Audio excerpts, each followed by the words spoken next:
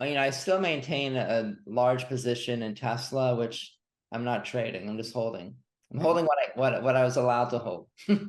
And what, margin account was pretty decimated in 2022, which is not a news to anybody. I mean, I've shared that, and I think the takeaway on that is if you're going to try to hold a stock for a long-term secular move, don't do it on margin because you just never know what's going to happen. So, but besides that,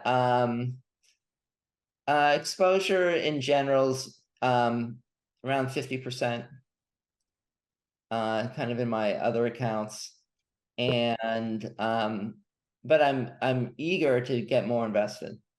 Okay, wonderful. And we didn't get a chance to talk about this, but you know, are you permitted at all to share a little bit about like what strategies O'Neill Global is really pushing hard right now, or is that off limits?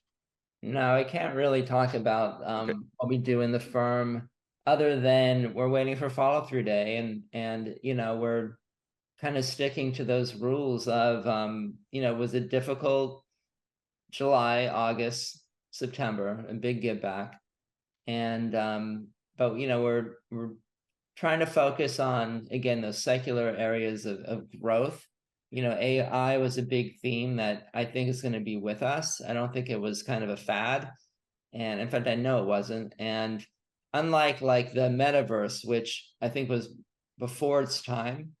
And so back when Meta was, when the name change occurred and all these kind of meta type stocks were really running, that it was just way ahead of its time.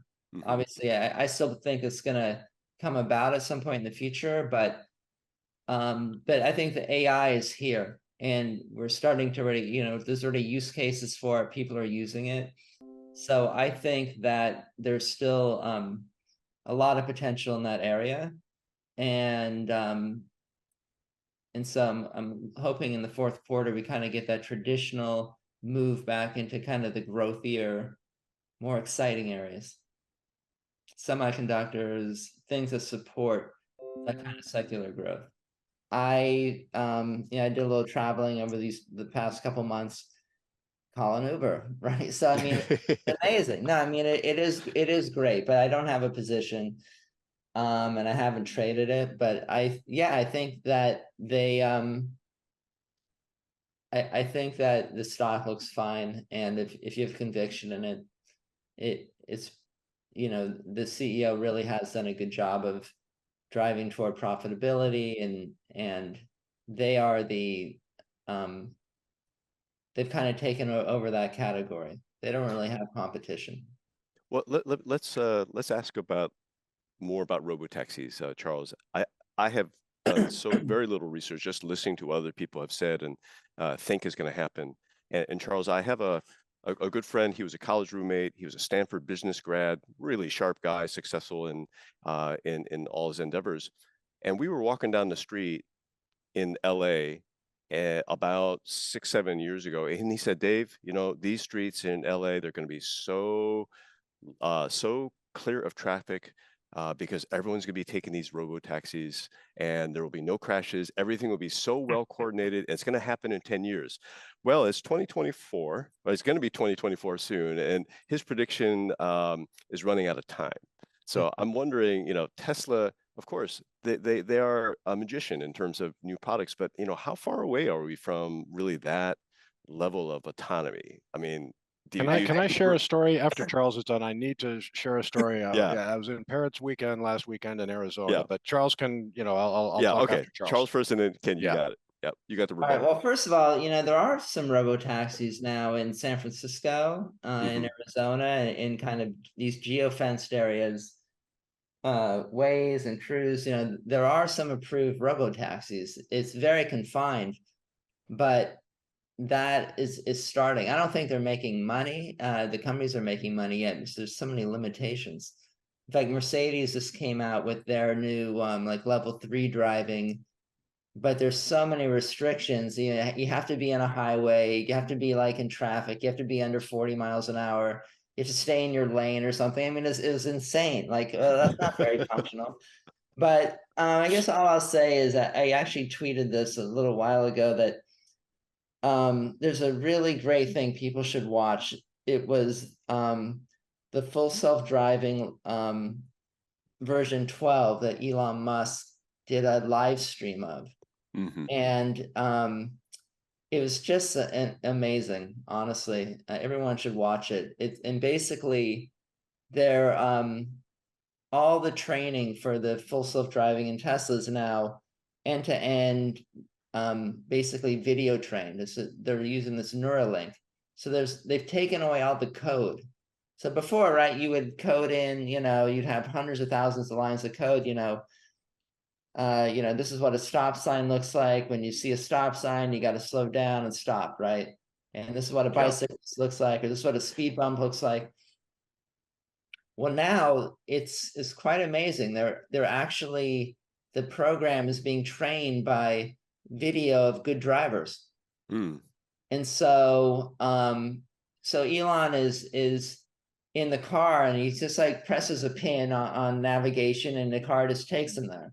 There's one intervention during the entire, hour and a half. But the amazing thing was he's saying, the car will slow down at a speed bump. And he's saying, no one told the car what a speed bump is. It just learned from video training that this is what a speed bump looks like. And the proper thing to do is to slow down. And it's amazing. So I'll tell you why. I mean, everyone has heard me talk about Tesla before, so might as well just stick with that theme. If you can train a car based on video to drive through city streets, I don't know if you saw, they just released last week, may have been earlier this week, the progress with the Optimus robot. So, a couple years ago, Tesla, I think it was at an AI day or something, they showed, hey, we're getting into robots. And they had a guy dressed up in a robot outfit, right? He's dancing around, they didn't have anything. They just said, we're getting into robots. Well, now they have a robot that can showed a demonstration of separating different types of Legos, different colors, and it's being trained in that same way. It's watching people do certain tasks and mimicking it and just being prompted like, okay, organize these Legos, and the robot can do it. And it's amazing. It can do like some yoga poses and stuff. It's been only like 2 years, maybe less than 2 years, from like nothing to this. So if you can train a car to drive, then you can train a robot to vacuum your home, to wash your dishes, to make pancakes, to do whatever, take care of people. So I'm just very excited about the future. And there's so many verticals and end markets that they play into. And they're doing it in a way that no one else is doing it, that I don't know, I'm very excited about it. I know I've been excited for a long time, but I just see it as a long-term secular winner that will have its ups and downs. But if you look at it, and I never do this, right? I'm a swing trader. I never look at, okay, where am I going to be in 20 years? But based on like using Apple as a precedent, because I never imagined Apple would turn into what it turned into. I think that there's the same potential for a stock like company like Tesla. So that's my feeling there. But that's my feeling on robo-taxis, is I don't think we're as far away as you think.